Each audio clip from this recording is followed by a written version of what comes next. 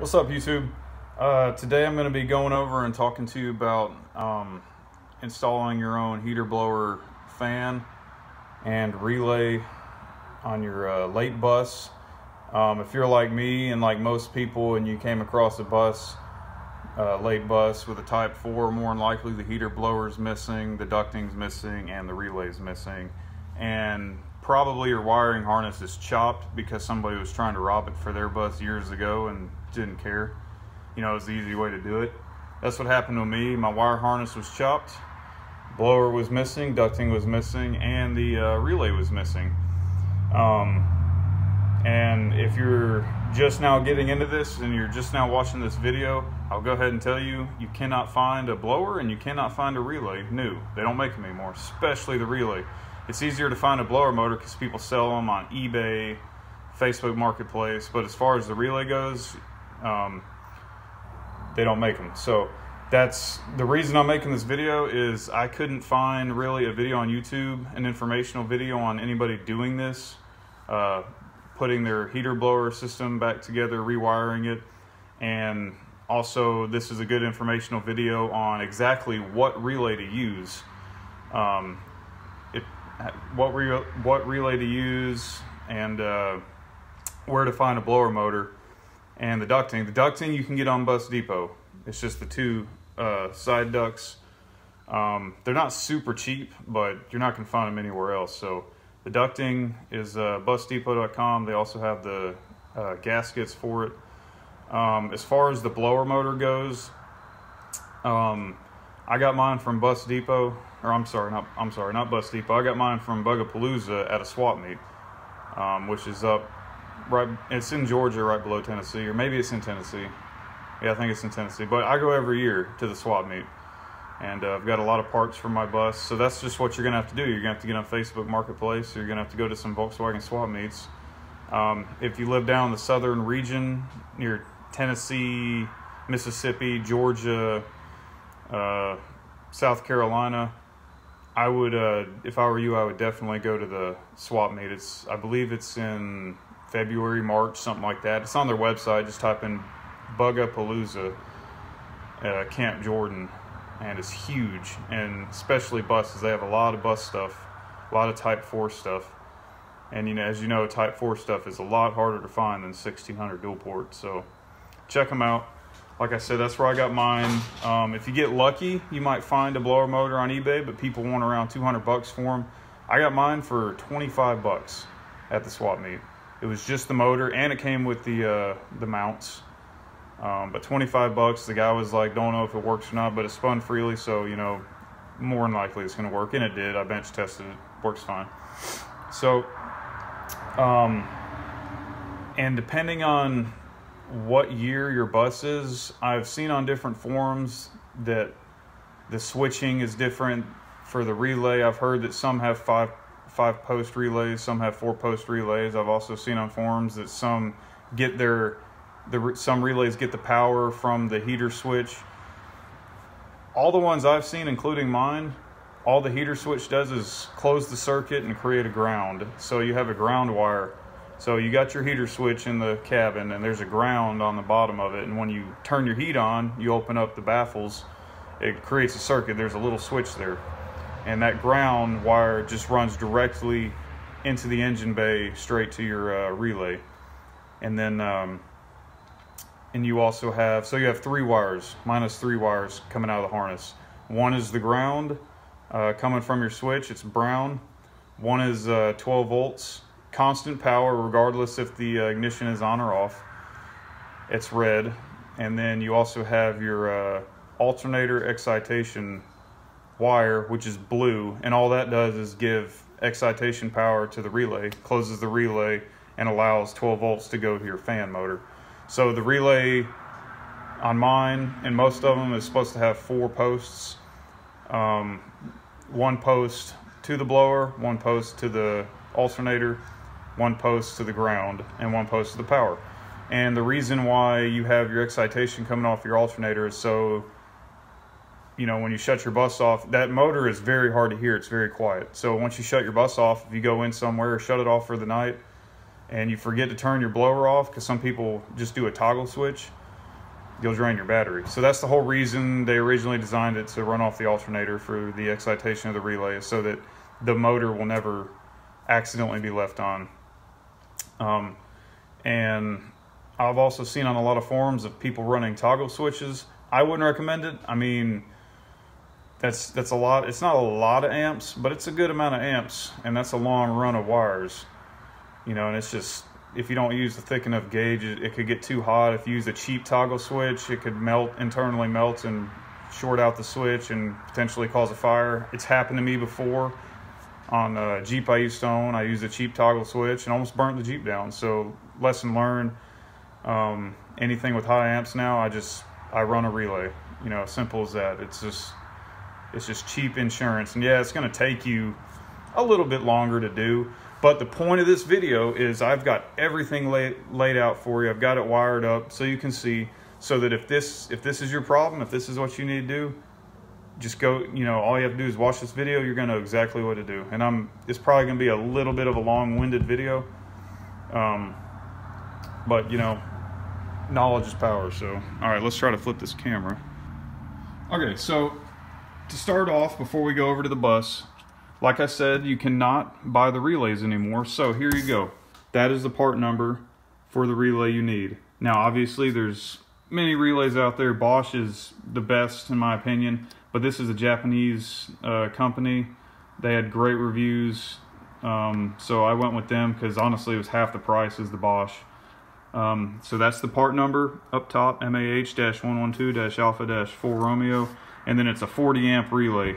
The original relay was 40 amps, so I went with the same capacity. So 40 amp relay. Pretty standard relay markings. So my kit came with two. It was like buy one, get one free. So there's the relay. There's the little wire schematic on it. And then this plug just pops right off. And then the numbers are on the base. So standard relay, 4-post. And here's your, so on the bottom of this part number relay should be the same as the Bosch because it's a standard. The 30 post is going to be your power. That's the 12 volts coming from the cabin. 86 is going to be your 13 volt exciter. So that's going to be your blue wire. So it's not, the colors on this obviously don't match the bus. But you'll just look at the base of this. Whichever one of these is 86, that's going to go to your blue wire. Whichever one is 30, say it's this one, that's your power wire, so on and so forth. Pin 85, that's your ground switch, so that's the brown wire going into the cabin. And 87 off of this goes straight to your fan. Here's a goofy little drawing I did. So there's your relay, there's your alternator, that's a blue wire going to the relay. There's your blower motor. It's got a ground that goes to chassis ground. Anywhere that's a good ground on the bus. There's your motor, power.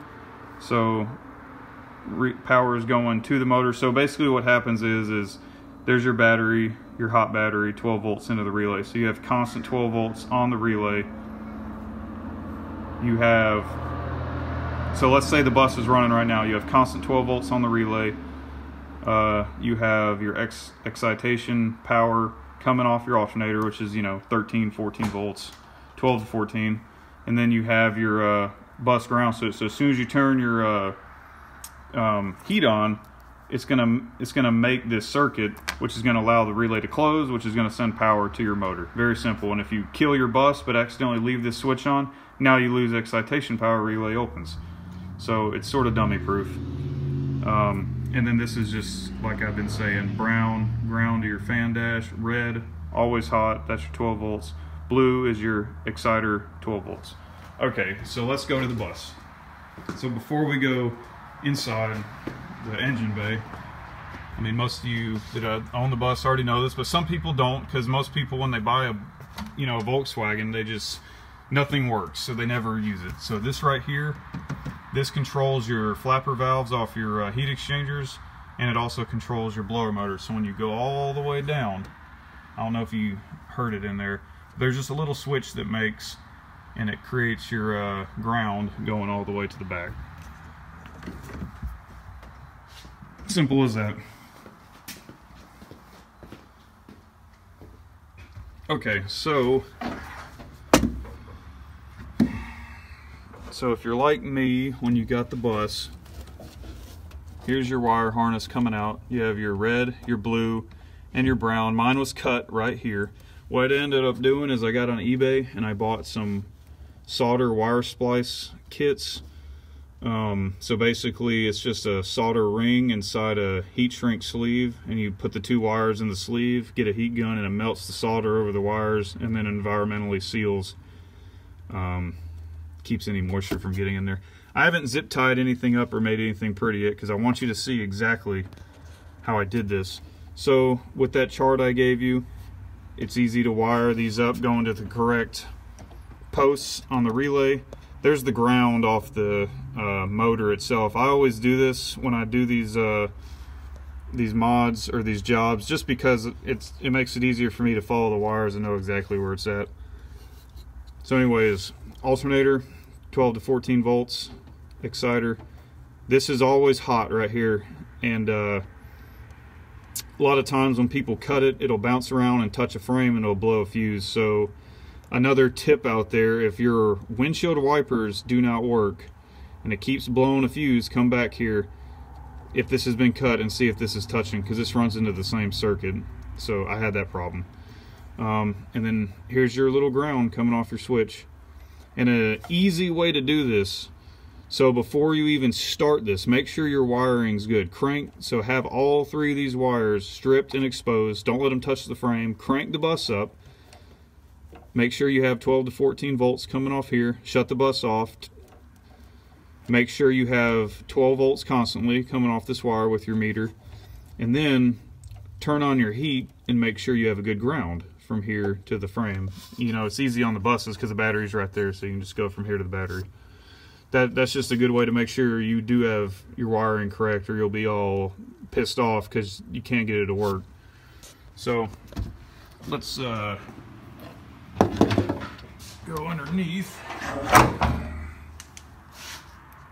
Okay, so I have that terminal that goes to the motor soldered. I always put an inline fuse. I would recommend it. This is a 25 amp. I believe it's supposed to be a 30 amp, but I don't have a 30 amp fuse, so I stuck a 25 amp in it for right now.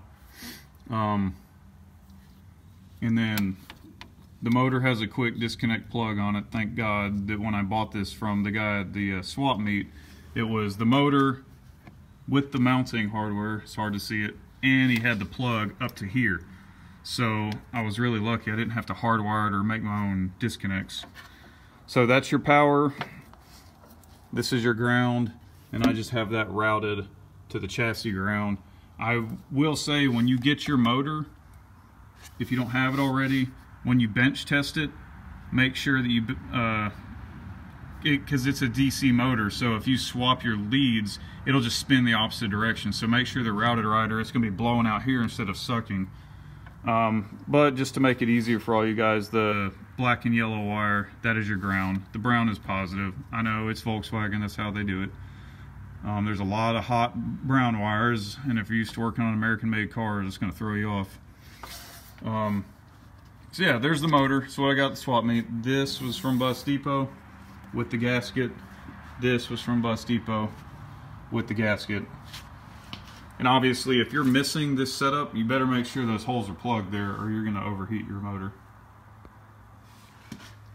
Alright, so that is my tip of information.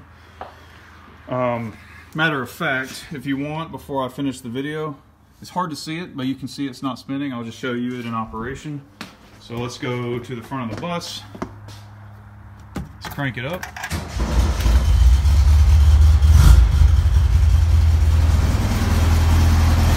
And we can see that it is not spinning right now. No spinning.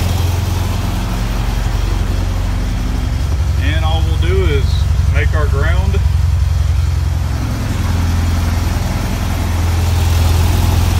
Now it's spinning. It's sucking my hand in.